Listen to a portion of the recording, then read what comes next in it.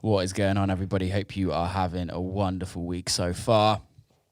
It's podcast time, and this week got the one and only Chris Lorenzo. I've known Chris for quite a while.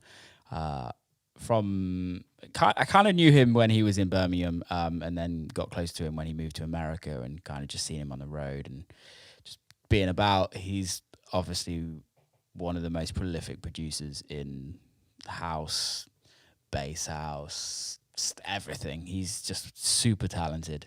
Also one of the nicest guys in the industry. I had a great conversation with him. So without further ado, the one and only Chris Lorenzo. And we are live. Chris Lorenzo, what's cooking, man? Not too bad, mate. You know, some days are good, some days are shit. I feel you. Slowly trying to navigate back from this crazy year and a half that we've all been through, you know? Yeah, man. In other news, you know, in the UK, you don't get LaCroix. Really? Yeah, I've just found this. It's called Dash Water, and no word of a lie, it's better than LaCroix. Is it really? Do you know, it wouldn't surprise me. I'm not really a fan of LaCroix. Really? Megan loves LaCroix. Trash. I love it. I'm not a fan of seltzers either. I never used to like... I've got terrible English teeth, so as soon as I have 3 sips, like, my teeth are just fucking killing. I never used to like sparkling water, and then I think I matured and grew up, and I'm still living in Neverland, mate. Yeah, mate, I feel it's like you. sparkling water, like, on a hangover. Oh. Is it good or bad? No, it's horrendous. Is it? It's like licking a TV. Remember the old TVs when you get the static on the screen? Jesus Christ, that's showing our age, because we're not even that old, but we're not. But I'm sure we were born right in the middle of that period from where, when we were young, we would play outside and do. Mate, can you turn your notifications off? I can. I'm sorry, mate. Thanks. There mate. we go. I'm turning mine on. Yeah, like, you know, where we come from, the age gap of where we were like playing outside a lot when we were younger, and we weren't distracted by the phones and the computer game. I think it was only when I got to 12, 13 when like PlayStations. Same. But, yeah, I got my first phone on my 13th birthday. And what was your first phone? It was like a flip. I can't even remember. The brand is not even around anymore. I don't even know what it was. But I never had a knock. I never. Go on. Before my 3210. Yeah, I never had one of those. It was like a BT Cellnet phone. I think my first one was. Oh yeah, classic. BT Cellnet. Yeah, with the little aerial that used to stick out the top. Yeah. I remember one of my brother's friends. I swear he was a drug dealer, and he always like had fancy aerials on his phone. Like, so you could like replace the aerials, so when like somebody would call you, they'd light up. I don't know why. That's why I remember. So Chris Lake actually brought his agent, Cody Chapman, one of those old phones with the big aerials. Really? To make his big boy phone calls on. That's so good. Funny. That's so good. I love that. Yeah, we did grow up in a time where, because how old are you? 33. Yeah, so you're 2 years older. I'll say 32 because the last year didn't really count. Yeah, you're like a couple of years older than me, and we grew up in the era of dial-up internet. Yes. When you're on the internet and then your mum picks up the phone and it fucking kills the connection. Mate, do you remember Kazaa? No, what's Kazaa? And Kazaa was like a Napster, like a media file, like a torrent download site. Yeah. And that's when my parents started learning about computer viruses. All the dodgy MP3s I used to download. LimeWire. Yeah, that's how I used to get a lot of my music, because that was when it was crossing from obviously like CDs into the digital world. And can you remember AIM? No. AIM chat. It was AOL chat, and it was the only chat kind of forum that you would like have all your mates on, and if you kept your internet on, they would be able to send you music, and it would just automatically download. I never had that. Huh? So like in the morning, like all your mates had sent you a load of music, and it was there in the morning, and you're like, oh my god, this is amazing. And it would That's pretty cool. Yeah, it was cool. But There MSN, was another one as well as Kazaa. I was talking about it with AC Slater the other day. I can't remember. LimeWire was one. LimeWire, that's the one. Yeah, LimeWire was the big one. Yeah, then there was MSN Messenger. Oh, mate, I wasted my childhood on that. Yes. I never understood it. So good, though. It's so good just to be able to connect with all your schoolmates. Yeah, but we spent like 8 hours at school with them and then spent 15 hours at night talking to them. Gossiping and chatting. Could you imagine if meme culture was alive then? Oh, my God. Thriving. We would have all committed suicide, mate. Could you imagine growing up with Instagram, TikTok, and Twitter and Facebook now? Like, it's pretty crazy, isn't it? Yeah, because I did see there was the Facebook whistleblower that came forward, and they have in their files that it says that Instagram is bad for young girls. Yeah, I listened to that today, and I completely understand it because he was talking about like the body dysmorphia and the body shaming stuff that a lot of the kids go through now. Do you reckon guys get that as well? I think so. Clearly not me. You just went to the gym. How was it? What do you work out? I didn't go in the end because I had to navigate a load of routing for this weekend that I'm now pulling out on because it was too much of a shit show. Why? Because it was for a frat party and it was okay. The show's this Saturday. Well, it's supposed to be, and trying to move the set times and the venues, and we just haven't been able to lock anything in. So I just said, let's just call it a day. But you know, when you're trying to book something the week of, the flight prices and it's so high, all the decent seats are gone on an aeroplane, and especially at the moment.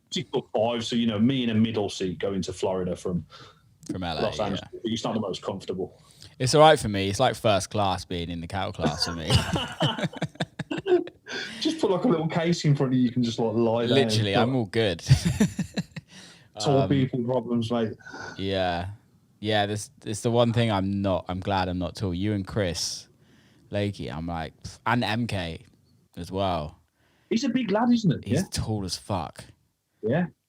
And he like, I remember like when we used to tour together, and he has to kind of fly first class because he's tall. Yeah. And he's rich. Sorry? And he's rich.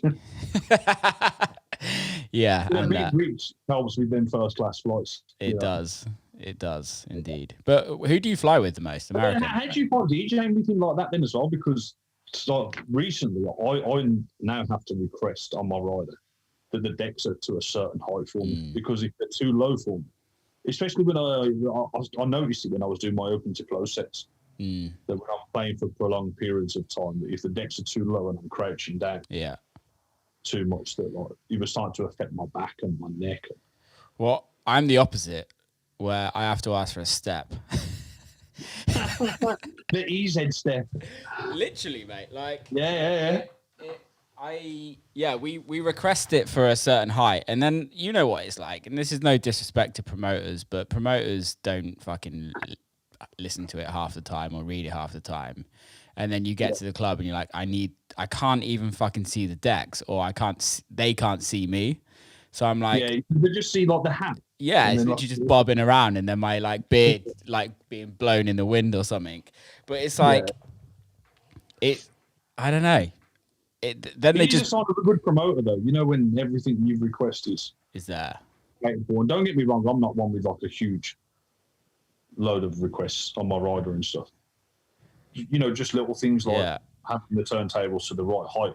Yes.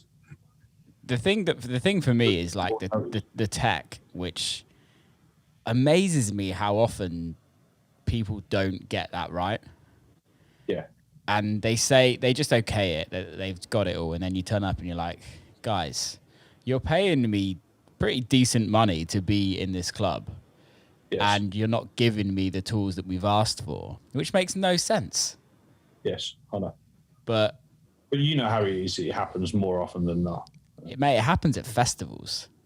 My biggest pet peeve at festivals is when there's the delay between the monitor and what's in your headphones. Oh yeah, that's terrible. Have you ever matched something up in your headphones and you bring it in, and you're then it's like the Grand National and you have to like correct? real quick. Or maybe I just got worse at mixing. Maybe you just can't mix like shit, mate. Just coming in like. How did you find? Sometimes we'll send it the wrong way, and then it's just like. Yeah, I think it shows the human, I guess. Yeah, I listened to a set of mine the other day. Someone recorded it, and yeah. I don't think I can DJ anymore, mate. It was literally bad. Like I'm like, did I really play like this? And you don't realize when it's live, you don't really hear it. But when somebody records a set and then there's no crowd and there's no atmosphere, you're like, oh my God. So it was just kind of recorded off the CDJ? Yeah, it was recorded straight out of the mixer. Yeah, because you've got crowd ambience and natural reverbs that can hide that normally, And also, I think we're just very critique of ourselves. Maybe. You got to think how intoxicated a lot of people are that we're playing to. Yeah, they don't care, do they? Some of those little mistakes, can just get like... Until you put it on SoundCloud and then the internet just rips your asshole out. Oh, mate. Yeah, but that's not real life, is it? The comments. This is true. To be fair though, I'm pretty sure you don't, but I may get one bad comment per 100 posts. I don't know about you. There's always going to be a troll. There's not one person who I've ever seen who has said that I'd never get negative comments. It's very rare for me. You could be the ripest peach on the tree, but not everybody's going to like peaches. Mate, turn those notifications off. I did. I don't know what happened. Sorry, mate. Notifications. I remember having like one dude that was always trolling me. Always. Like once a week he'd like comment something on my photos and it wasn't even like funny. It was like, dude, you're just trying to be nasty. And I DM'd him and was like, mate, what's your issue? Yeah. And he was like, I'm sorry, man, I'm just trying to be funny. And I'm like, dude, you're not being funny and I'm cool with it. Like I can take what you're saying, but if you do that to somebody else, the consequences might be a little different. Like be careful with what you're actually or how you're actually talking to people. Yeah. And I found some of the messages since the pandemic have started getting slightly heavier as well. I've been speaking about it with a few of my other DJ friends and they're all saying the same. I had a message last week and it was saying something along the lines of, hang on, I'm going to get it. You tell me what you would think when you first read this message. I had to let you know you're so rude. I don't know who you think you are, but there is way better DJs than you that have never been rude like you. You should really think about how you treat people. With a personality like yours, you can get out of California. I'm born and raised in San Diego, and people don't act like you here. We don't want you, and I'll be sure to pass on the word of how you are not cool. How would that make you feel reading that? Yeah, it makes you feel shit, doesn't it? Yeah. So, I messaged the person back and I was like, I'm not sure what you're referring to here. Can you give me some backstory? And they're ready, didn't reply. And I was like, look, sorry to be pushy. You're telling me to get out of California. I'd like to know what it is that I've done. They replied and said, you should have took that quick picture instead of taking that shot with your entourage. I never got that vibe from Charmy. Jesus. And it's like, really? Really? This mad man. You know me as well. I'm like a very happy, friendly person when I'm out, and I always give people the time of the day. But I also think it's like we give a lot. Like I'm not all DJs give a lot, but I know you give a lot back to your fans and things like that, and I know I do, and you can't. I guess that's the thing is because of social media. Maybe this might be the issue, but because of social media, we're so accessible. People can tell us everything. People can contact us, which may mean that some people, and I think this is the very small, like 2%, may think that we owe them something by them coming to a show, and it's like, well, no, this is equal parts. We're all here to make the show amazing, and you're here to have an amazing time. It's not all us having to give. It's a little bit of both. And I think the privacy should be respected as well, and I think that level of privacy that we might have had, say, 10 years ago has gone now.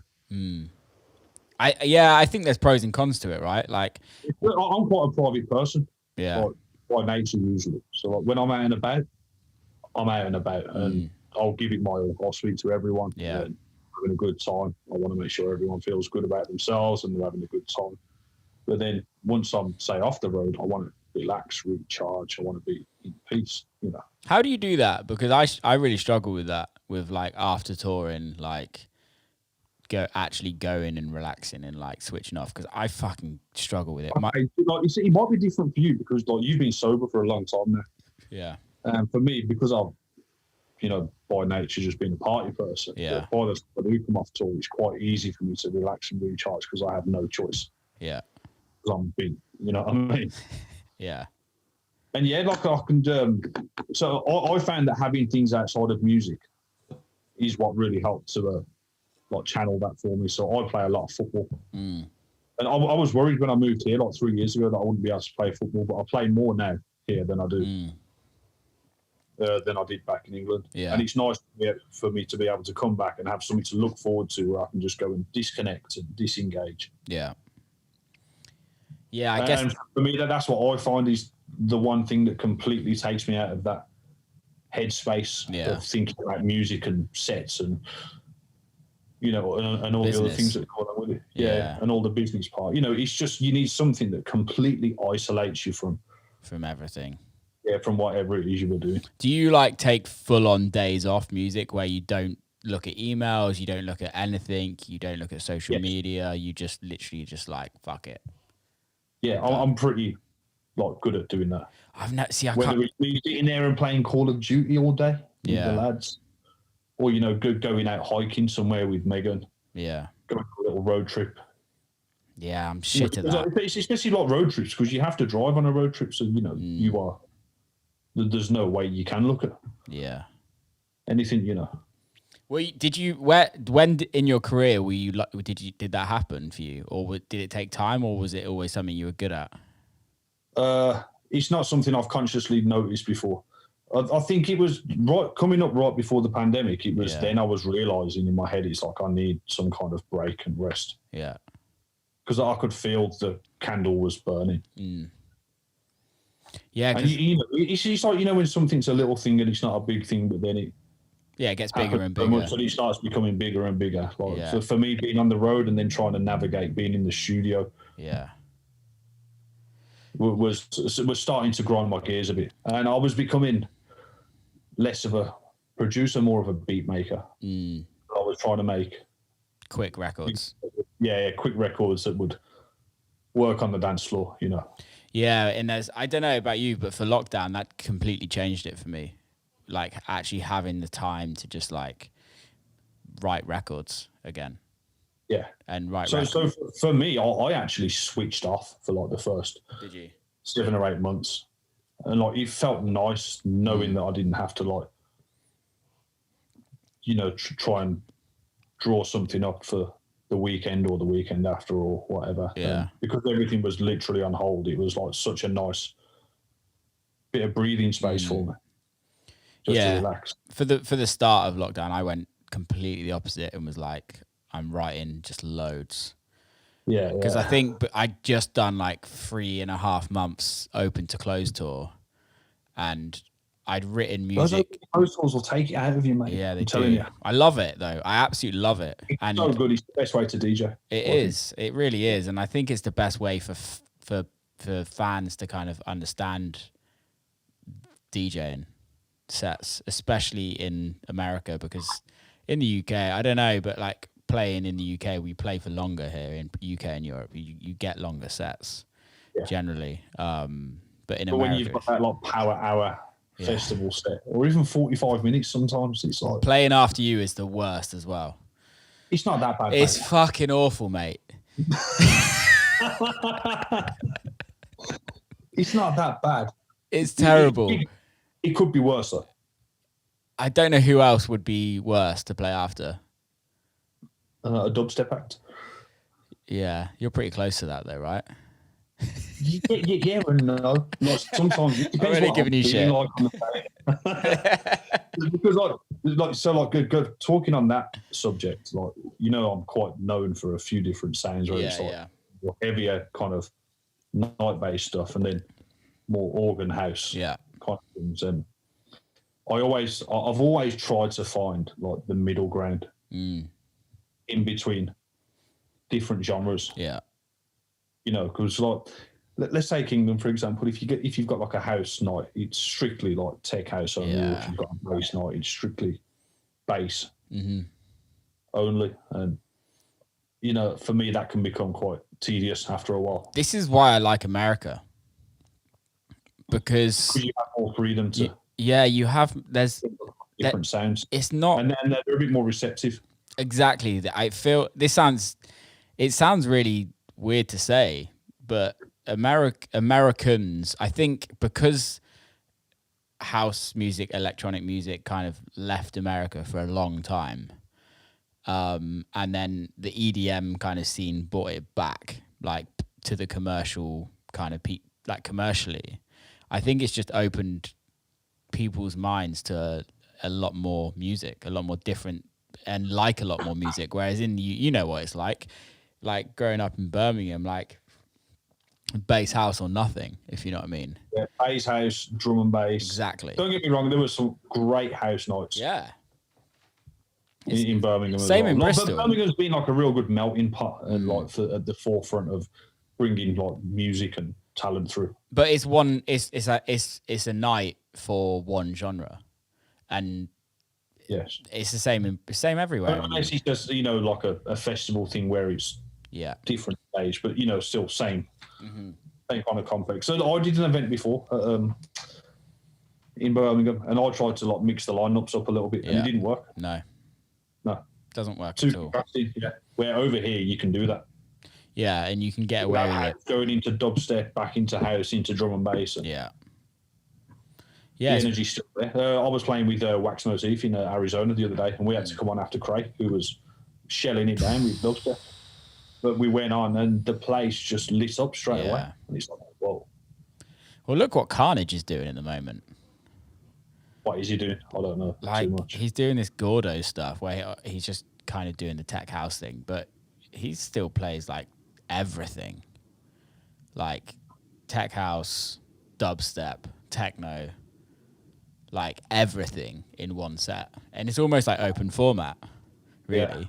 But I've always been a fan of open format. If it's good, I'll fucking play it. Yeah, man. And like, I think it's good to take risks sometimes because, to be brave and try something that might not work. What's the worst that's going to happen? You notice a bit more instead of just kind of sticking to the plan, What's the worst that's going to happen? You're going to 5 minutes later, you're going to change the record. Yeah, just switch it back into something else. Yeah, it's just, it's not fucking brain surgery, is it? We're not going to kill anyone. But I get bored easy when I DJ as well. Yeah. I really do. I like long mixes and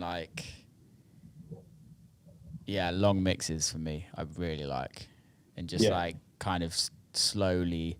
When you did your open to closes, like what did you like? Kind of start it slow and kind of get faster. Yeah, I start slow, so I'll coordinate with the lighting engineer and everything before we start. But it's like, look, when I start, I'm going to start off like 120 to 122. Just like. Those groovers that you just that you never really get a chance to play that you're into, and I'll just kind of open up with that, and I'll have it at like 3/4 volume, and I'll be like, look, have all the lights on. Yeah. Because when people are like flooding in and stuff, and like I just want it to feel quite bright and instead of dark instantly. And then I'll say, look, as it gets busier, just make the lights slowly darken off and stuff, and until we get to the point where we're pretty much at no lights in the venue. And then as soon as that point comes, that's when I start ramping it up. Yeah. And I'll bring the BPM up and start bringing out a few of the more heavy hitters. The bangers. Where did it start? Where did it start for you? Because I've known you for years. You mean with open to close or just just generally? Like because I've known you for years, but I knew you when you were in Birmingham, but we didn't really talk. Like we said if, hi. If we are going back to the Stone Age and Neanderthal times, I used to play guitar from when I was 7 years old up until I was 15, and I was really good. And for some reason, I just ended up not playing anymore because my school, it turned into a technology school. Yeah. So they're putting like a music studio with a load of computers in with Fruity Loops and Logic and all that stuff. And I went into the studio once and I was like, whoa, this is pretty cool. Yeah. So I would wag my lessons to go into this music production suite because no one was utilising it that much. And I'd just be in there messing around on Fruity Loops and I think it was Reason 2.5 at the time or something. Logic 5.5 and Cubase. Yeah, we didn't have Cubase. That's one software I never really messed with too much. That's what I started on, Cubase. Well, I started on Reason. I know a few people that started on it and still use it. It's Cubases. I don't know. Yeah, like I know it's good. Breach used it. Ben Westbeach. I know he uses it, but I don't know many other people. But yeah, is that what he made Jack with? Yeah. Wow. Yeah, man. Cubase is really good with audio, like really good, and you can do a lot of cool shit with it. A lot easier, but the interface is like Pro Tools, kind of. Yes. It's a bit weird. It had a really good sound engine. Yeah. You know, as opposed to because my main starting software then was Reason, and I used Reason 3 for the longest time. Yeah. And so I ended up leaving school, and I went to a music production college in Lozells in Birmingham, and I did about a year there, and we weren't really taking it too seriously. We were just like going there to smoke weed and record vocals and make tunes and stuff, and we did the bare minimum of like the criteria that was supposed to be met. So I ended up flunking out of that after a year. And I was making like bassline house style music. Yeah. And I can't remember how I come across Davey Boy at Echo Records now. So I do remember. So my friend Mickey T and David Clift used to DJ on an internet radio station called Bassline Beats. Okay.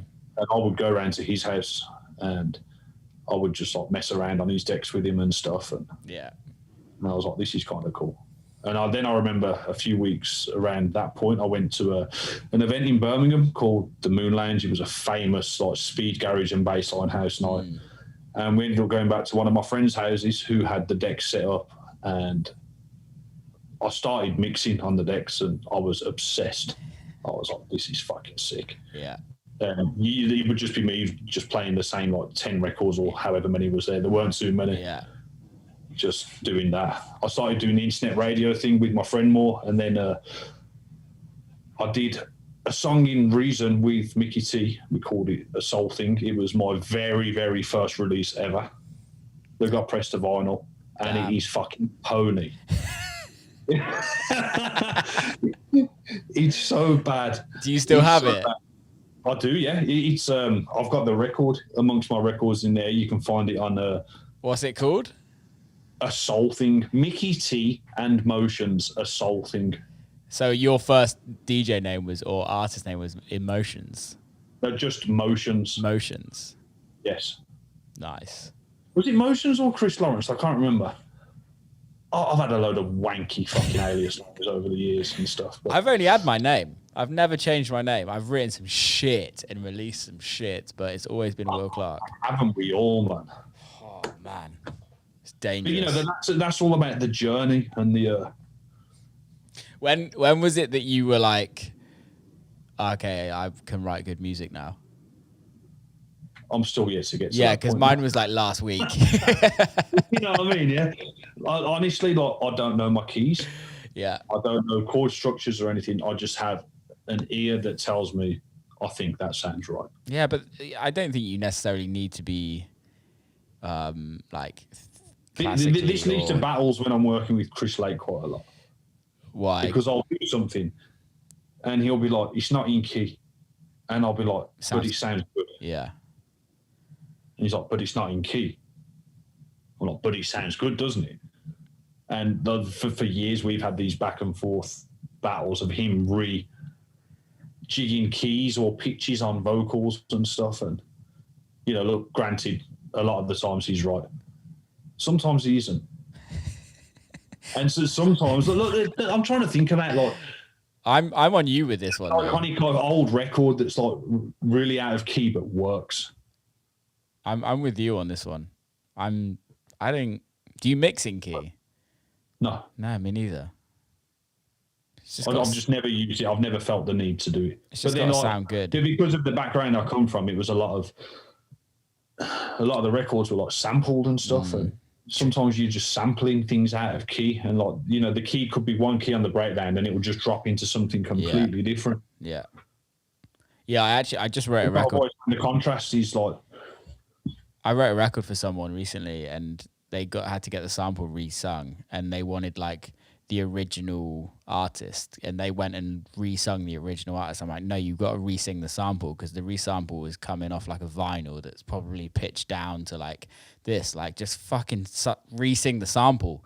Don't try and go and find it. Sample replays, do this. Boom. Yeah.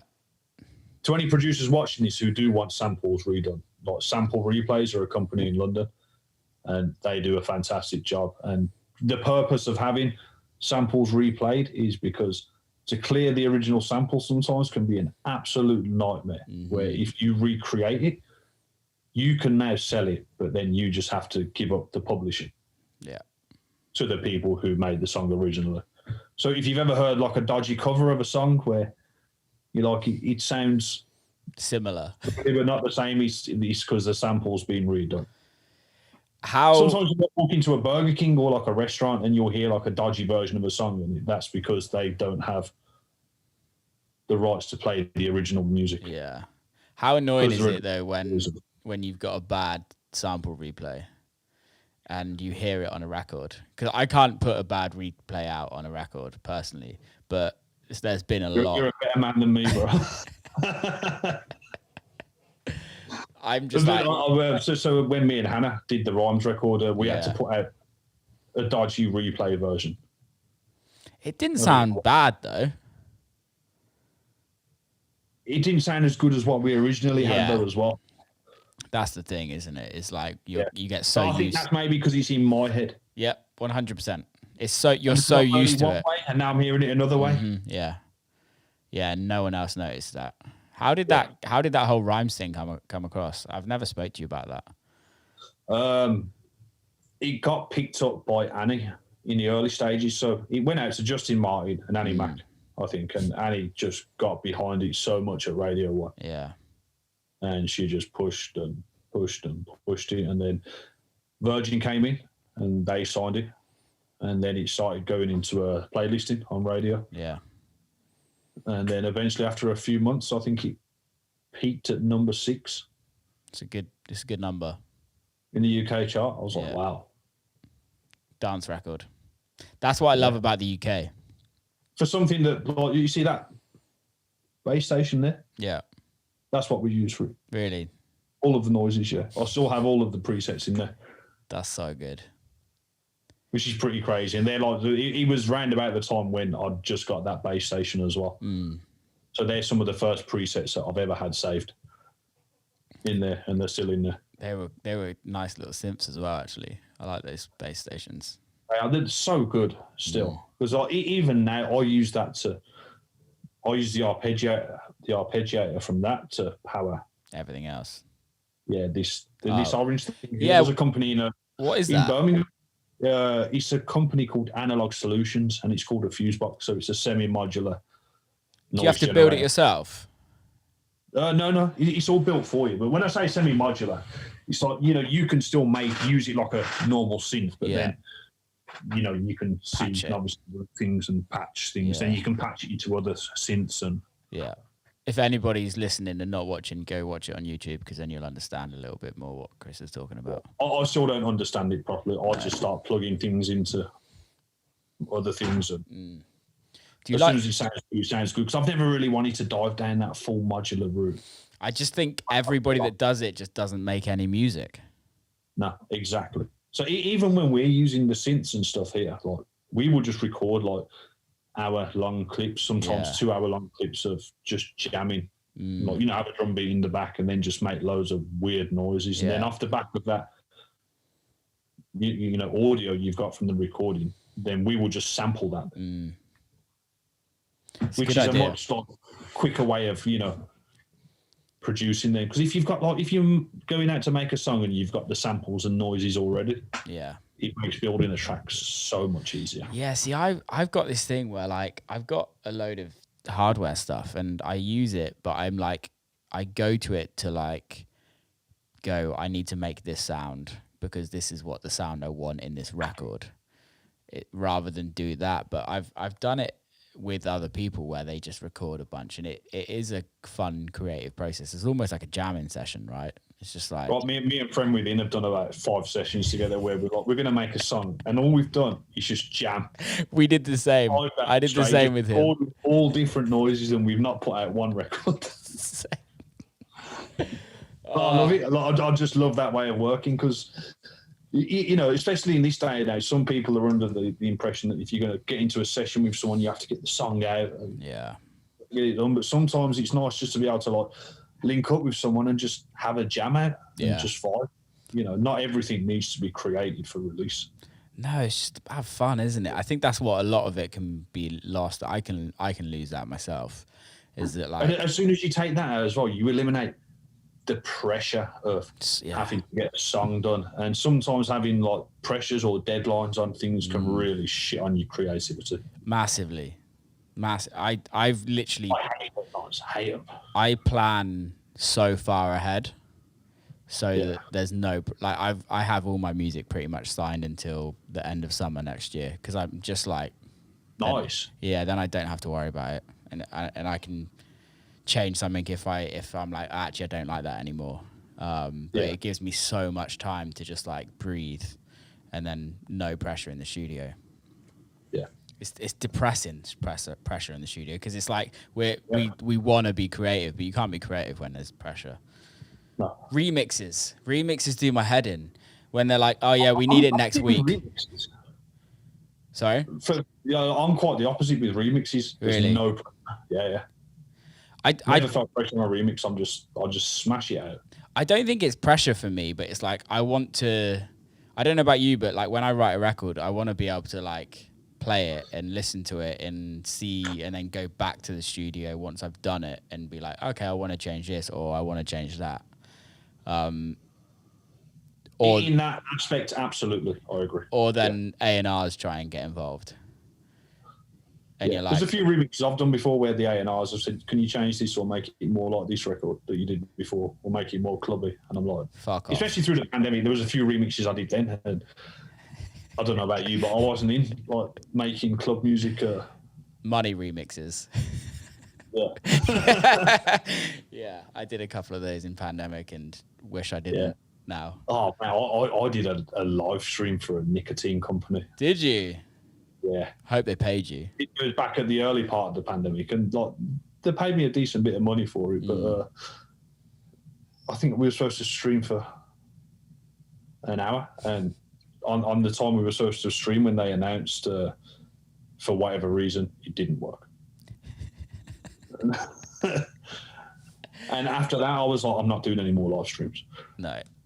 I know that, you know, live streams was the thing that everyone was doing at the time, and I refused. I didn't do a single one the whole of lockdown.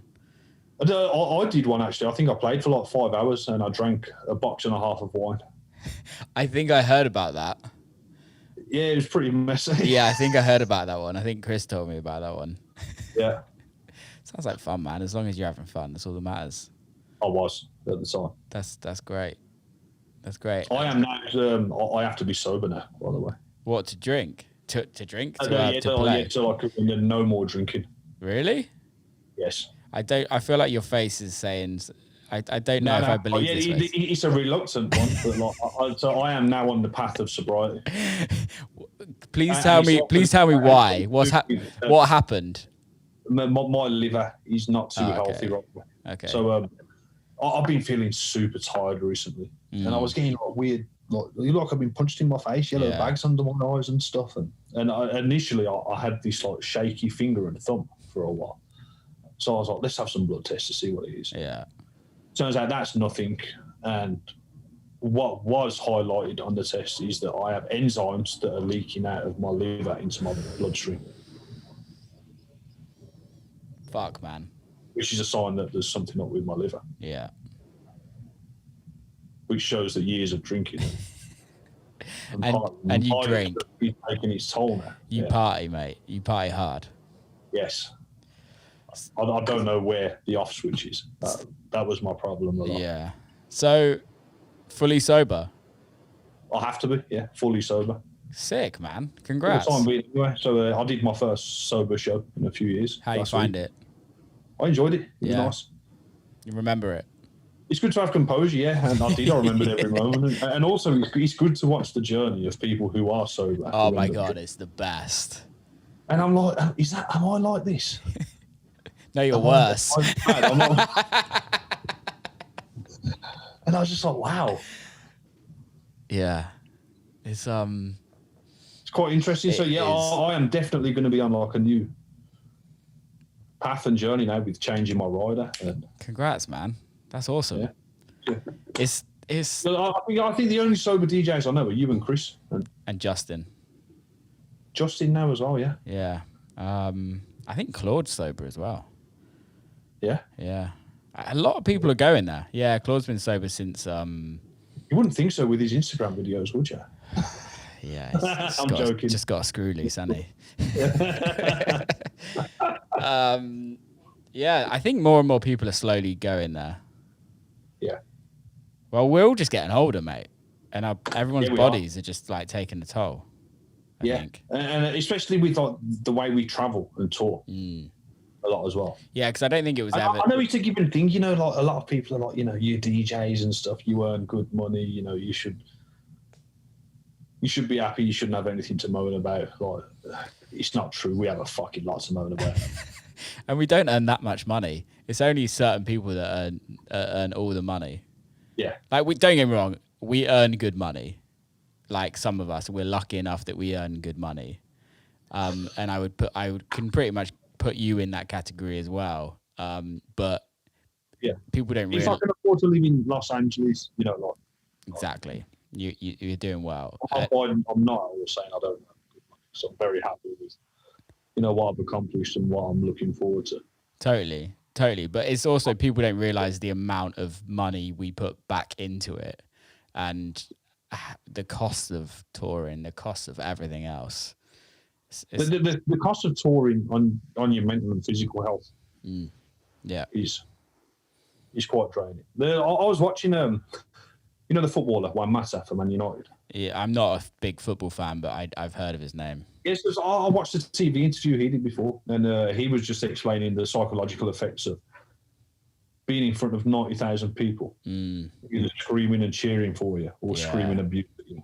And then an hour later, you're at a hotel, you're in a hotel room on your own, completely isolated, and, you know, having such a high to such a low. Yeah. Can be quite jarring. Yeah. For me, going back to touring after COVID, I was like, that was the biggest thing for me, where I was like, shit, like we destroy our bodies. Like no sleep. I think the last 3 weeks I did 1 night of 8 hours sleep, and all the others were like no hours, 2 hours, 3 hours. And that's even on down days, because for me, like my brain just doesn't switch off in touring. So like 3 hours sleep, 2 hours sleep is just kind of normal. And then I fall asleep with like a TV on. Yeah. Do you suffer from tinnitus? Touch wood. Not yet. Do you? So look, for me, I noticed like it's calmed down a lot now, but I don't know whether it's because we've started doing shows again, but through the pandemic, when I was at home a lot, in silence, and because don't forget there was no traffic or anything, there was just no noise anywhere, and I was noticing my ears ringing so fucking much. Yeah, that's not good. And I was like, "Ooh." Yeah, it's. Do you wear earplugs? Yeah, always. I've worn earplugs since I was like 12 years old. Fair play. Yeah, I didn't start wearing them until I was like 28, 29. Yeah, So I think the damage was done. Yeah, I got earplugs right when I first started DJing.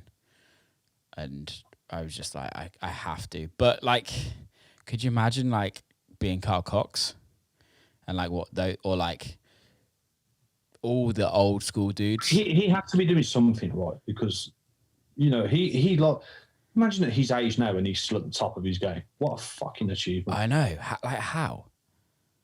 It's insane. Danny Tenaglia. Get him on and find out. I know. Jesus, I'd love to get him on. It'd be amazing, wouldn't it? Yeah. But like, brilliant. I bet he's got some amazing things to. The thing is it's very strange. In every industry, there's one person that's like at the top of everything, right? And I would say he's at the top of our industry. Like footballers, there's like a top of the best footballers. There's like 2 or 3 best footballers in the world. Yeah. Like, but to get to the top of your game and stay there, like footballers don't stay there. Formula One drivers don't stay there for that long. Like athletes. This is what I've said to a lot of up and coming producers as well. It's like, you know, getting yourself there and getting on the map, like might seem like the hard part, but that's the easy part. The easy bit. It's then maintaining a consistent level of relevance and good music and keeping people interested in what you are doing. That's well. How many times in your career you were like, have you been like, I need to change things up because I'm plateauing? Only one time, and that was like many, many, many years ago. Yeah. But then off the back of that, I always said to myself, going back to what I was talking about with the middle ground earlier, it's like if I always try and find a middle ground between what's going on, it will always just keep me in a nice pocket where I'm not sounding like anyone else. Yeah, for me it's also important as well because a lot, you know, like don't get me wrong, when I was first getting into producing and stuff, like you all always look towards your peers and stuff on what they're doing and kind of use that as a benchmark to what you want to get to. So, you know, because there are times where I'll hear like carbon copies of songs that, you know, I've done over the years. And, you know, sometimes it can be frustrating, but then you have to think back to what you were like when you were kind of coming up and stuff as well. I think it's frustrating when somebody... It's easier to look at something and copy it than to invent that yourself. Yeah, you know? Exactly. I think I don't know, there's pros and cons, right? Like, it's when somebody copies what you're doing is like it's the best form of flattery, right? I don't know can't remember what the saying is, but it is like the best form of flattery. But then also when somebody that's extremely successful copies what you're doing and then tries to make it their thing is very fucking frustrating. I'm sure you've had that as well. Not as much as a lot of my other friends have. Yeah. I know exactly what you mean, though. Yeah. It's you know, I think there are certain ways that when you are at a good level of staying there. Yeah. And, you know, so some people will look to what the kids are doing and then evolve that way, which is exactly what you're talking about there. Pretty much. Happens a lot. It always will happen. You know, it's the music industry. It's fashion. It's fashion, and I always say this: music is fashion. Is the same as the fashion industry. Like soon, everyone's going. And now it's fast fashion as well. Because it's not like 10, 15 years ago where there weren't that many people producing. Like being a music producer now is so accessible for everybody. Well, how many people like on a weekly basis hit you up and be like, "I want to write music. I want to do this. I want to do that."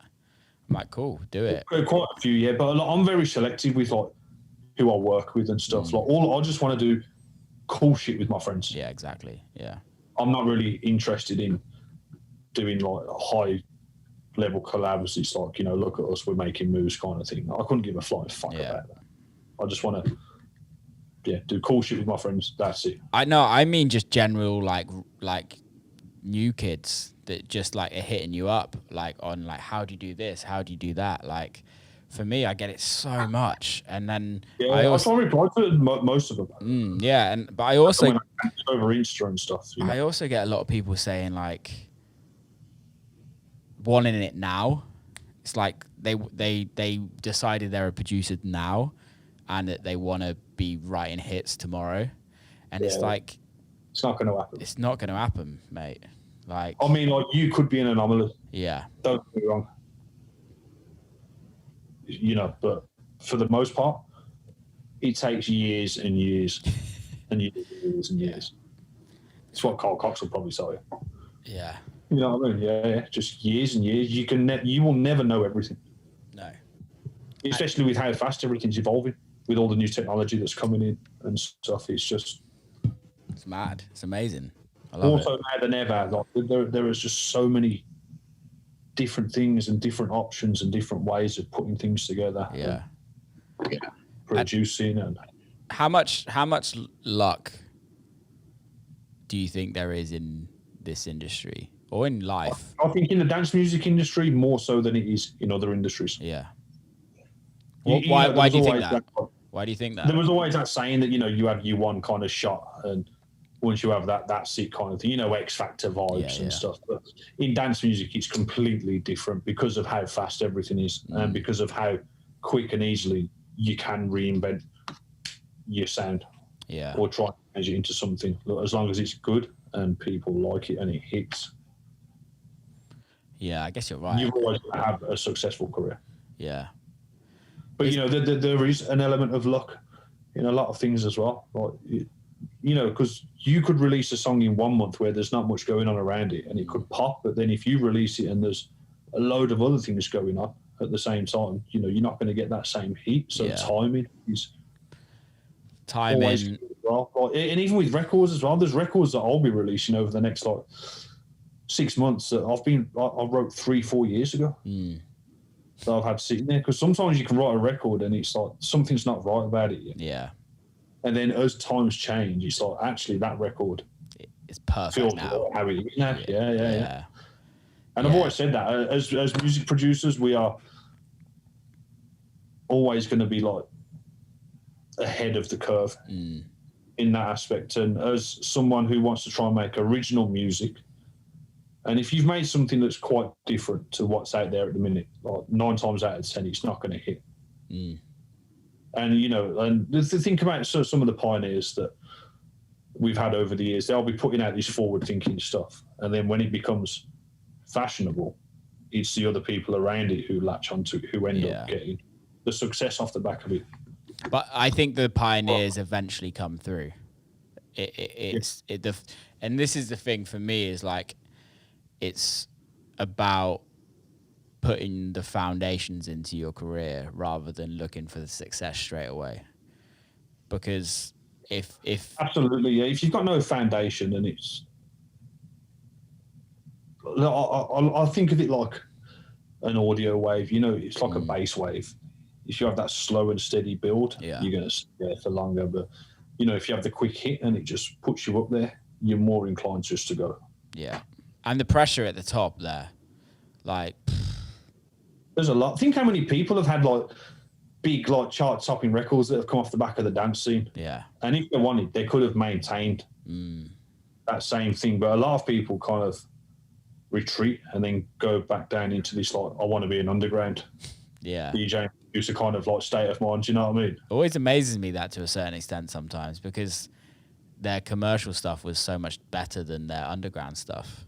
Yes. So it's like, just stick with it sometimes. But then let's say for instance, Camel Fat, right? Like those boys obviously had the Cola crazy hit that they weren't expecting. And they were out of that. They were allowed to carve a pretty underground commercial successful career out of that. Yeah. There's not many people that have been able to do that. Oh yeah, hits. And that was look how simple it was for them as well. Yeah.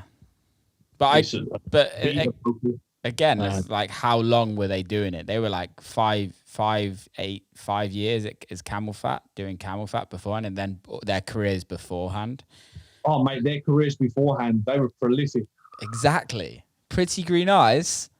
Prolific, mate. Mate, how many times have you been at a school disco listening to that, trying to pull a girl? Yeah.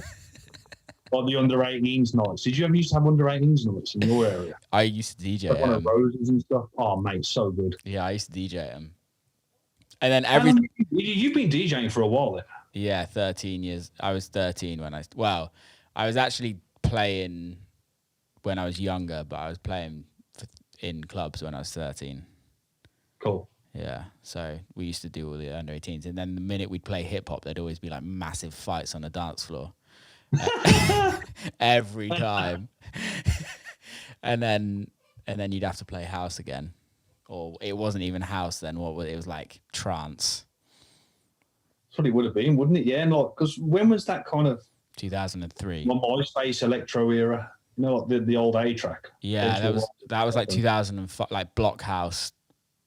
Blockhouse. That's what I was thinking of. Because Like, I know Mickey Slim was like. Mickey Slim. Shout out Mickey Slim. Yes. Mickey Slim. Mickey Slim and Funk Agenda back in the day. Funk Agenda. I forgot he's a Brummie boy. He is, isn't he? Did you? I've never met him. He's wicked. I spent quite a bit of time with him in Ibiza because when I used to live out there. What I'd do just to be young, living back in Ibiza again. Did you live there? Yeah, I did a few seasons there. What years? I would live in Calavadea. What year? So I was 20 and 21. So when would that have been? I'm 33 now. Because I was there 2006. I left school in 2005. Yeah, we missed each other. Oh, yeah, it would have been like 2010, 2011, 2012. We were out there at the same time. It wouldn't surprise me. I was a resident at Orange Corner. You didn't have the beard then, though, did you? No, I didn't. I looked like a gay porn star. Yes. An underage one as well. Yeah. Yeah. Where did I used to DJ? So me and my friend Ian, we were the first DJs to play at Jet Apartments next to Bora Bora. Oh, really? Yeah. Because, it was always Bora Bora for the longest time. And then I think there was a bit of beef between Bora Bora and Jet Apartments and all about timing again. Yeah. So I was doing these catamaran parties. Okay. Italian and Spanish company. Yeah. Where we'd like, because most of the boat parties in Ibiza, you can't jump off but these catamarans you could, so we could pull up and like jump off in different areas and stuff. So we were doing those 4 times a week, and then whoever was running them knew someone at Jet Apartments. So me and my friend started DJing at Jet Apartments at the same time that Bora Bora was going on. Yeah. But like we were getting good numbers compared to Bora Bora at the time. That's and some amazing. of the stuff I was playing was so bad. So bad. Funk Agenda was massive then as well. Yeah. Man with the Red Face. He's Man with the Red Face remix, yeah. He's in LA now, isn't he? Ibiza, because he did I Wanna Rock Right Now. Yeah, he did, didn't he? I Wanna Rock Right Now. I wanna Doesn't he live in LA? I'm not sure. Or did he go back to Birmingham? I know he moved to America. Yeah, I hope not. Can you imagine having to move back to Birmingham after living in Los Angeles for so long? To be fair, I'm not a fan of Los Angeles. I don't think I could live there again. Do you know what? There's ups and downs. Yeah. There really is. Yeah. I'm trying to. I don't live in the thick of Los Angeles anymore. I moved north to like Studio City. Oh, okay. Is that the valleys? Yes. Yeah. Nice. But it's as close to like Los Angeles as you'll get in the valleys and stuff. Yeah. But like when I first moved here, I love the energy and I love everyone's like a go-getter. Do you know what I mean? 100%. And it was inspiring to be around at the time. But then, I think when you move here, you start seeing the darker side of. Yeah, especially during COVID, it's got dark. LA's got very dark. Yeah. Sadly. And a lot of LA is quite like almost like a social construct. Like. Would you leave? The first question I normally get asked is, "What do you do?" Yeah. Oh, 100%. Well, I am not that type of person. I'm just sparking up a conversation. But I think that's America generally. Anything but industry. Do you know what I mean? I think that's America generally. Yeah. Because maybe I don't find it so much. I don't find it at all like that in the UK. Never has been, unless you go Soho House. Yeah, but the breeding ground of A&Rs. You're a fucking bell end if you go to Soho House. About to get cancelled by every A&R in England. I don't care. They have shit choice anyway. Yeah. Have you been to the Soho House in LA yet? No. No, me neither. I bet the Berlin one is nice though, I must say. Never been to Berlin. Oh, mate, you have Did you know what? I've never been a fan of Berlin because I'm all about inclusivity and everyone should get a chance. And all I hear about that fucking shit-ass club where people queue up for hours and if you're not dressed right, they tell you to fuck off. You know? Berghain. Berghain. But I honestly think Berlin's the most inclusive place in the world. Because, apart from that club. Yeah, but I think, like, I've not been to that club, but yeah, that side of it. But, like... You're going to let me in if I roll up in my fucking Stone Island jacket? You are not getting in, mate. You got to be wearing some, like... Tattooed on his face. It looks like he's about to rip your heart out. He's like, no, you can't come in because you look a bit too rude. He's about to bend you over and fist you, mate. That's all he wants to do. You know what I mean? With them tats on his face, fuck. So, yeah, I've just never seen the appeal with Berlin. I love it. It's a cool city. I think you'd really enjoy it because it is very inclusive. Like, there's clubs where you, like, aren't allowed in with clothes on. Like, wow. Yeah, it's like serious. Like, you can be whoever you want, and there's no rules or laws about it. Like, you can go to a club and literally, like, fist someone in the club, and it's normal. Wow. Yeah, like. It's wow. It's there's a. I was out there with Ryan just before the pandemic, and we had dinner. How is Ryan? Is he good? Yeah, he's good, man. He's really good. He's really good.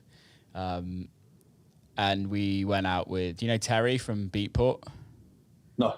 And he was talking about all the nights in Berlin, and there's a party called Fist Fridays, which you literally turn up supposedly with your, like, plastic mat, put it on the floor, get your toys out, and just let people do whatever the fuck you want to them. Oh my gosh.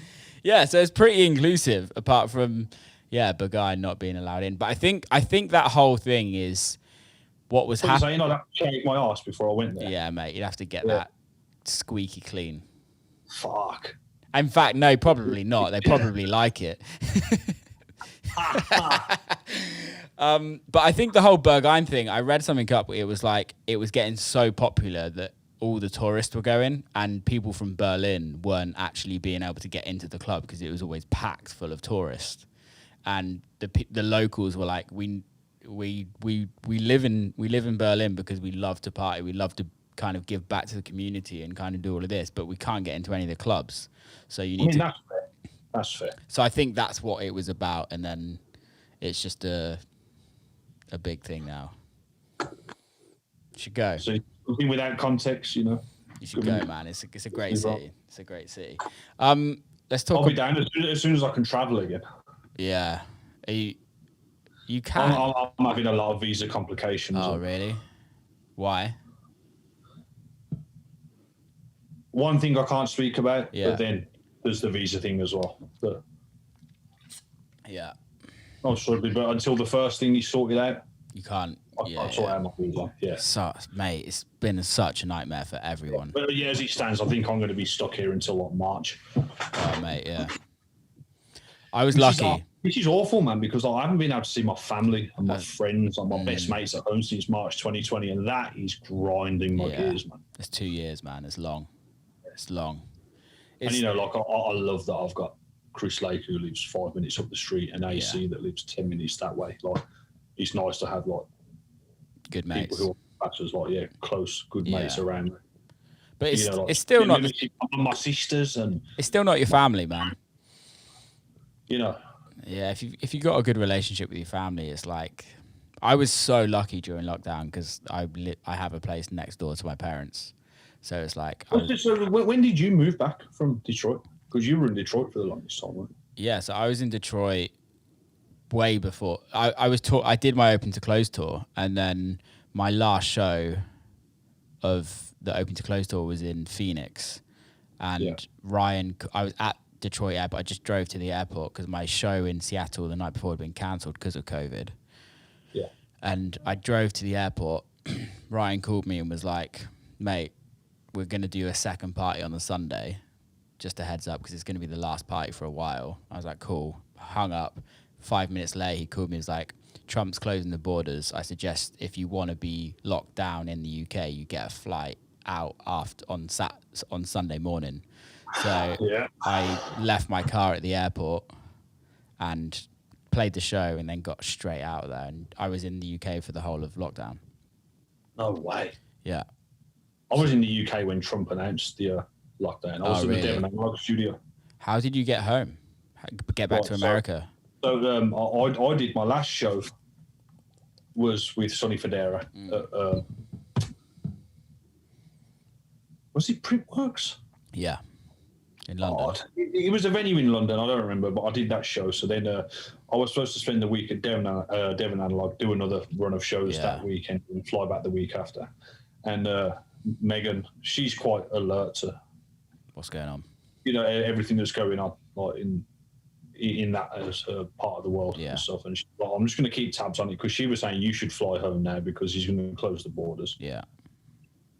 And I was like, well, this is paid for. I just want to be here. And I think it was Thursday night or something. And I was up working anyway. And I actually got Atlantic to get a songwriter to come down and stay at the studio so we could, like, you know, jam out on some stuff and try and get some vocal orders down. And he had a car because, you know, Devon Analog is in the middle of nowhere. Middle of nowhere, yeah. It's near me. Like, so I think it was 1:45 in the morning that Trump announced it. So obviously it was late in the evening time in America, but I mean, they're late in England. But afternoon. So most people were still in bed. And as soon as I saw that travel ban was coming in, so it was going to take effect on the Monday. And I was supposed to be flying Tuesday. So I called American Airlines instantly. And I've got good status with them. And normally I'll get through in like 5 seconds. It took me 45 minutes to get through. And I just said to them, I want to change my flight to this flight that I'd found 10:30 the next morning.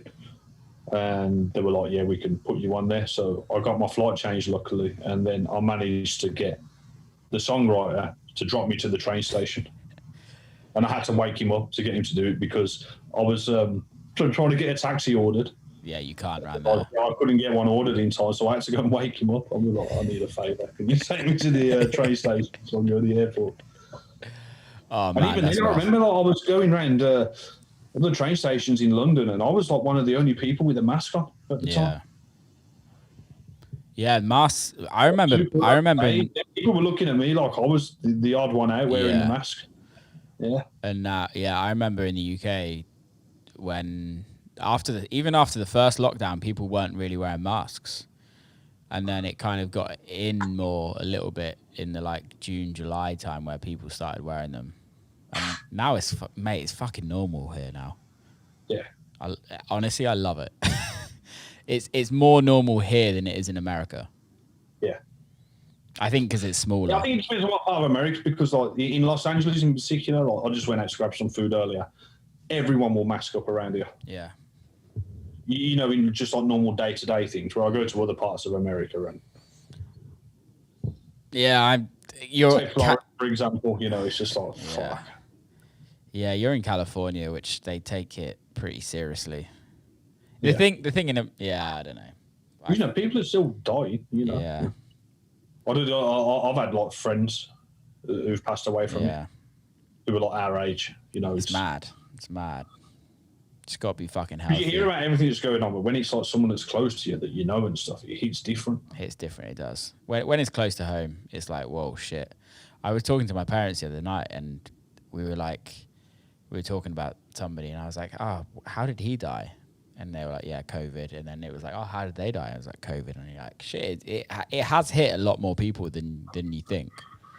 Yeah. And, you know, we're still not fully out of this yet. That's what I was conflicted, you know, with like shows happening and coming back and stuff. But like, obviously, once they've kind of said, you know, we're good, we're not giving anyone any support anymore, you're on your own. You know what I mean?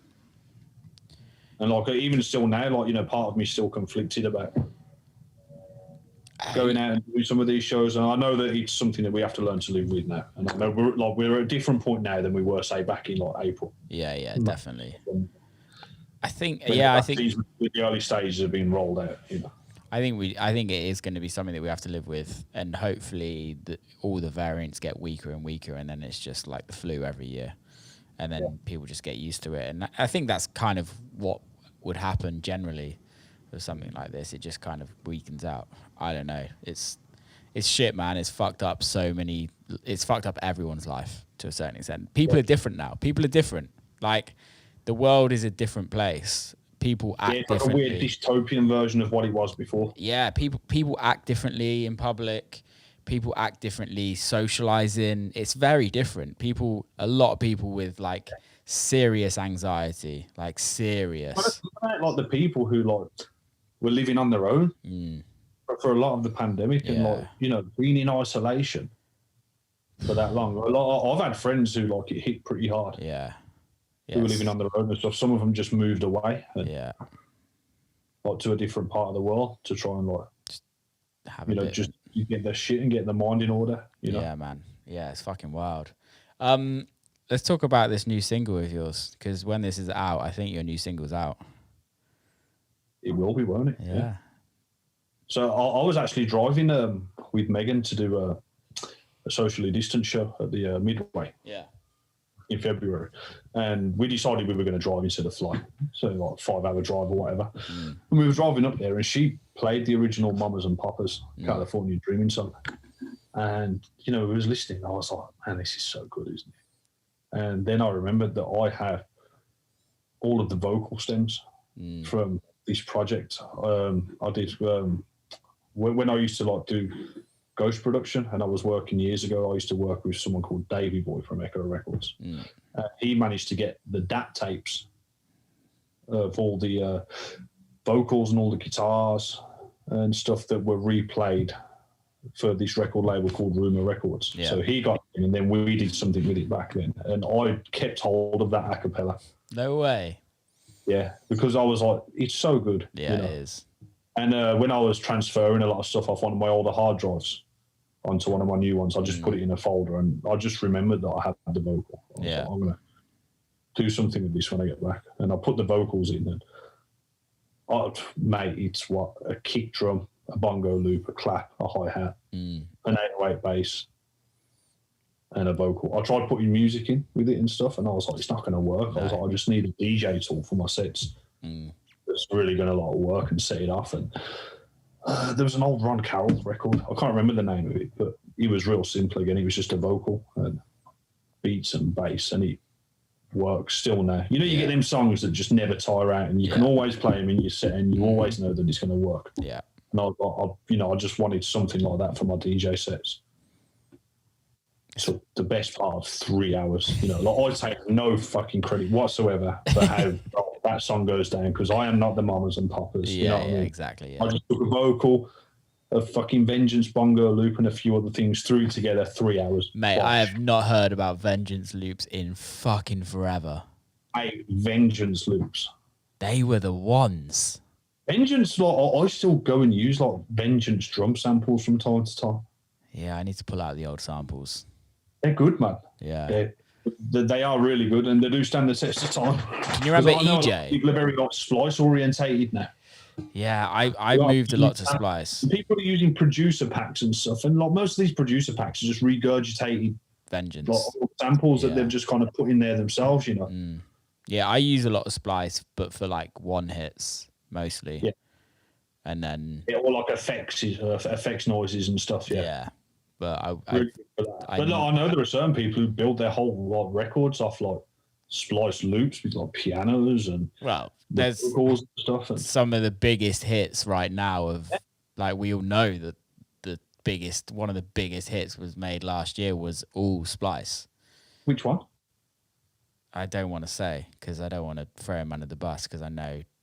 I mean, like for me, I get why you'd say that, but look, I've always been under the impression that, like, I don't care how you get there. If you're going to make a banging record, whether it's a loop, I agree, or a sample, like, it doesn't fucking matter. As long as people dance and people like it, you know, people can moan all they want about, oh, you didn't play this, or oh, it's a sample and stuff. It's like, so fucking what, man? No, I agree with that totally. You know, I've spent hours before trying to like craft everything from the ground up and stuff, and you know, something that I thought, this is a good record, doesn't fucking work. Throw something together in no time with no real They're the best ones. They work every time. It's the best ones. I think. But then going back to California Dreaming, this wasn't ever intended for a release. For a release, yeah. Until Lakey got his hands on it. Once I did it, like I showed it Lake. He was like, "Send me this. I'm going to play this at the Arizona show that he did with Fish," and like the reaction was insane. Yeah, I bet. It was like, yeah, this is. Have you played it in California yet? Yes. I bet that was mental. I played it at CrossFest. Oh yeah. I love that festival. So good. Just love that festival. The guys that run it are so nice as well. It's just fucking amazing. They're amazing, yeah. Mr. Shockey and all the LED crew. It's so cool. They know how to run a festival. They know how to run a festival. They know how to put a lineup together. They know how to promote it. They just do it so well. So well. I played Arc Festival. I've been enjoying playing for like their shows quite a lot recently. They're wicked. They're really nice guys as well. Really, the team's really cool, and it doesn't feel like a corporation. No. Where a lot of festivals feel like a corporation. Yeah, I guess they kind of are in a way. Of course they are. They're tens of thousands of people. Nothing against that as well, because in the same breath, I still love playing for like the Insomniac. Oh, totally. Like, yeah. DC Vegas, he's just like, it's phenomenal. Yeah, it's wild. It's a city. Have you ever played Glastonbury? No. Nah, mate. It's my dream. I think that I was going to play one time, and I got offered £250 plus 2 on the guest list. But then I had another show offer on that same weekend where it was like 5K. Yeah. And a full fucking rider and as many guests as you want. You know what I mean?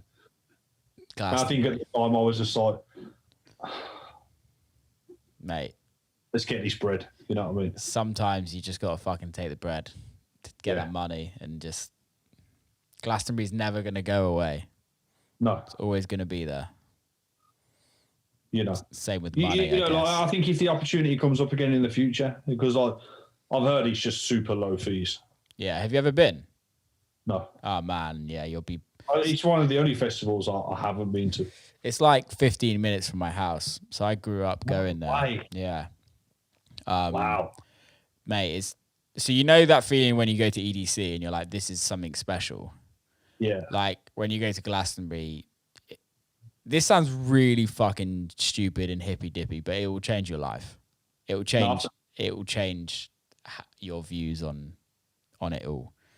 Other festivals that have changed my life like that, Shambhala. I've never been to that. I got booked. For it, and we couldn't make it routing wise. We just couldn't make it happen. Yeah. So annoying, but I've heard. I remember going there. Yeah, I landed at Thursday evening, and this is the first time I've ever stayed in a tent at a music festival. So I got there Thursday night, and I couldn't see anything that was going on. And there was bits of music on, because obviously the Thursday night is like the pre-launch night before everything kicks off on the Friday. So we travelled for like 21 hours and finally got there. I had to lug my case through all the dust and stuff to the tent, and they put me in this little tent with a little blow-up mattress. They're like, here's your bottle. Don't lose this. This is what you fill up your water with. And I was like, wow. So I lay on this... blow-up mattress because I was knackered. I was like, I'm going to try and sleep so I'm fresh for the morning. And my tent was right next to a stage, so there was no escaping the music at all. And then it must have been about 3:30 in the morning, and I woke up and I can hear DEE on a grime record. No way. I was like, am I fucking tripping?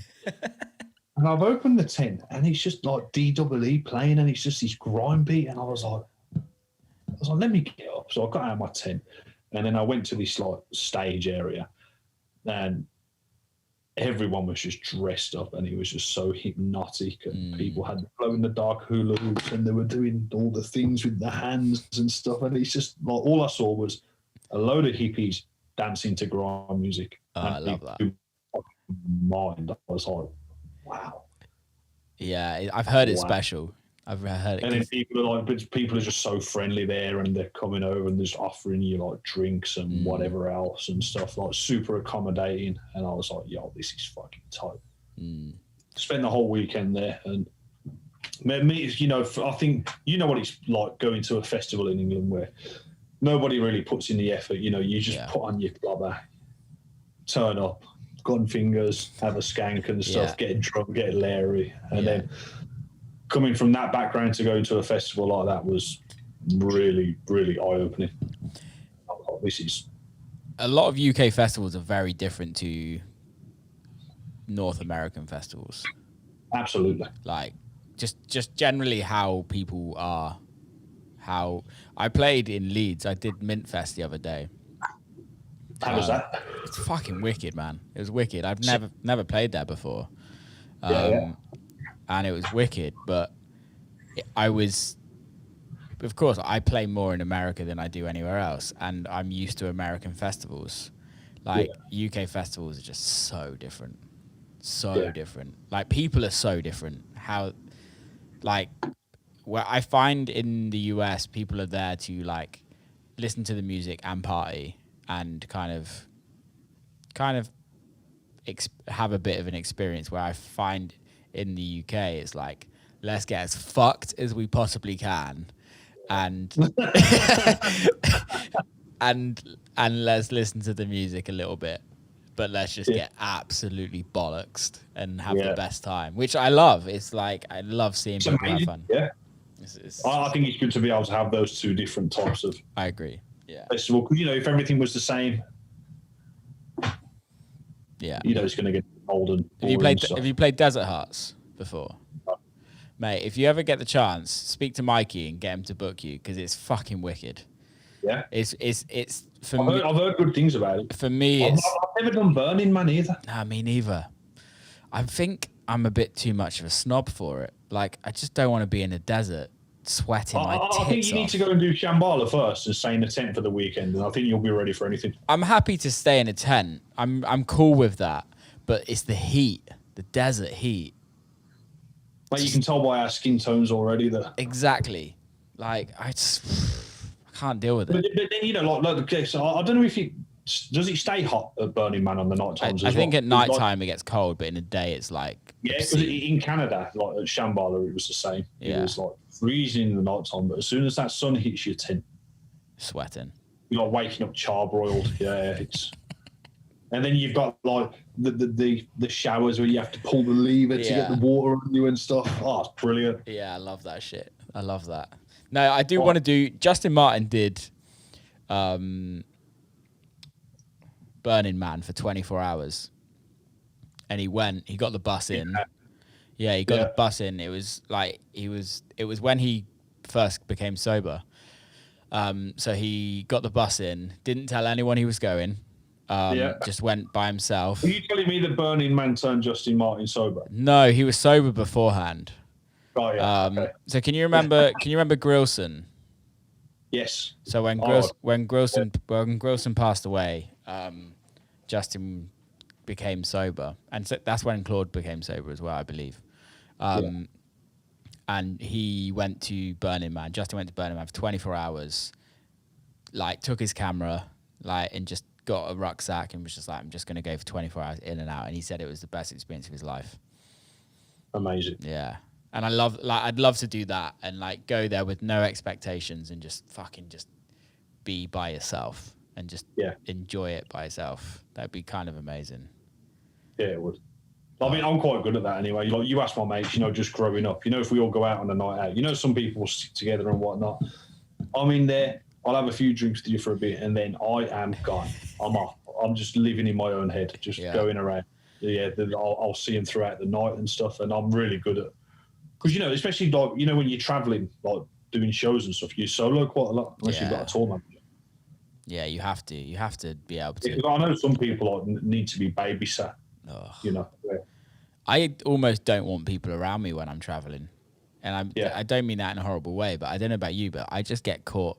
I'm like, this is regimented on how I travel and how I like to do things. I'm like, if somebody else comes in, I'm like, fuck, I have to like think about somebody else and I have to pay attention to somebody else.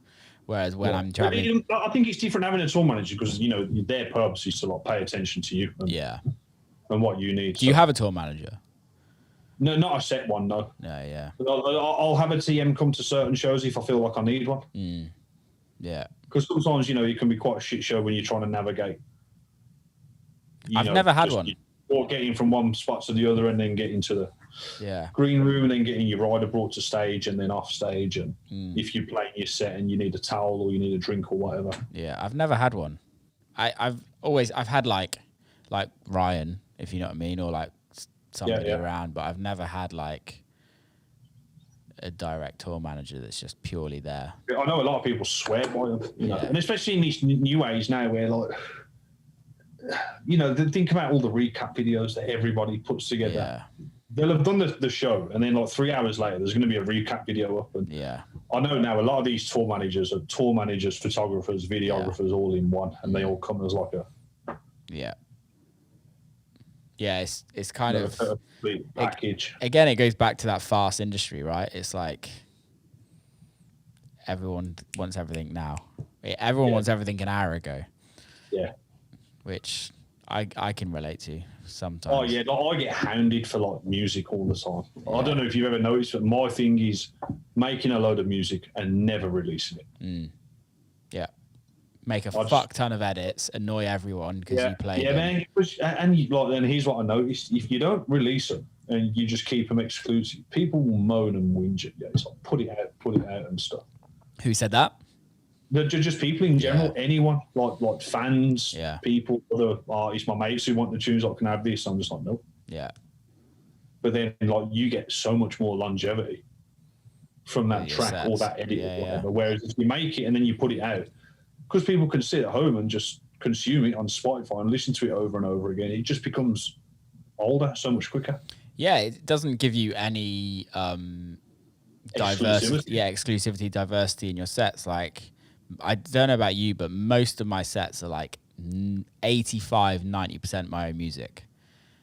And it depends where I'm playing. And and if at least 50% all the time. Yeah, and if everyone's got your records and playing your records and they're all out, like, it doesn't make your set any good.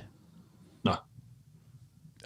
Especially like, you know, if you're playing like Sunday evening at a festival, and then like all through the day you've had other DJs just banging out your songs. Then when people do come to listen to you, it's like, I've heard it all. I've heard this. Like, I'm vibing, but I've heard it like another 3 or 4 times already. I bet Fish got pissed off with that when it first came out. Yeah, maybe, because I don't know if I see it as much anymore. But like, there are times when like my friends used to put on events way back in Birmingham where like the headline DJ would have a set list of songs that the openers weren't allowed to play. Really? I know Eric Murillo, he used to send over to Gatecrasher. It was like 3-4 pages of songs that no one else could DJ. It's a good shout. You give the discretion of if he wants to play or not, kind of thing, you know. Warm-up DJs are interesting because I think, especially in America, people just want to slam it before you get on. How many times have people played? Well, that's from the DJ Carnage handbook, isn't it? I remember the tweet he did. He's like, the opener should be shelling it down because you never know who's going to be there. And if the headline act's got a problem with it, that's on them. Yeah, I don't have an issue with it because I always just like reset it. But it's always funny when somebody plays your record right before you get on. Oh, God. And you're like, oh, okay, thanks. Yeah. Thanks for the support, mate. I haven't had it too many times recently, to be fair. Recently, I haven't, no. Had it a couple of times. Over the years before, I've had openers like shell down. Like the last 3 songs are like my biggest songs that I had. I'm just like, what are you doing? Why are you booking me? As you walk on the stage as well, so it looks like you're playing it. Because everyone's fucked up in the crowd, so they don't have a clue. They just see you're on the stage and they're like, oh, he's playing. So that's what you always kind of have to be like a few steps ahead as well. Yeah, have to be. Which is kind of like, if we didn't produce, we wouldn't have the... No. You know, the sets that we get and stuff. No, 100%. 100%. And the lucky thing is that we can have an idea and do it quickly and send it to a mates. Nowadays, we can send it to mates really quickly, get feedback, and it can be played. Like that Depeche Mode record that I sent you. Yeah. Like, when you told me to change the clap, sent it to 5 people, and it got played videos everywhere that weekend. Sick. And it's like... It's amazing, isn't it, what we can do? We're so lucky now. It's like amazing. Build a record, stick a sausage fattener on the master.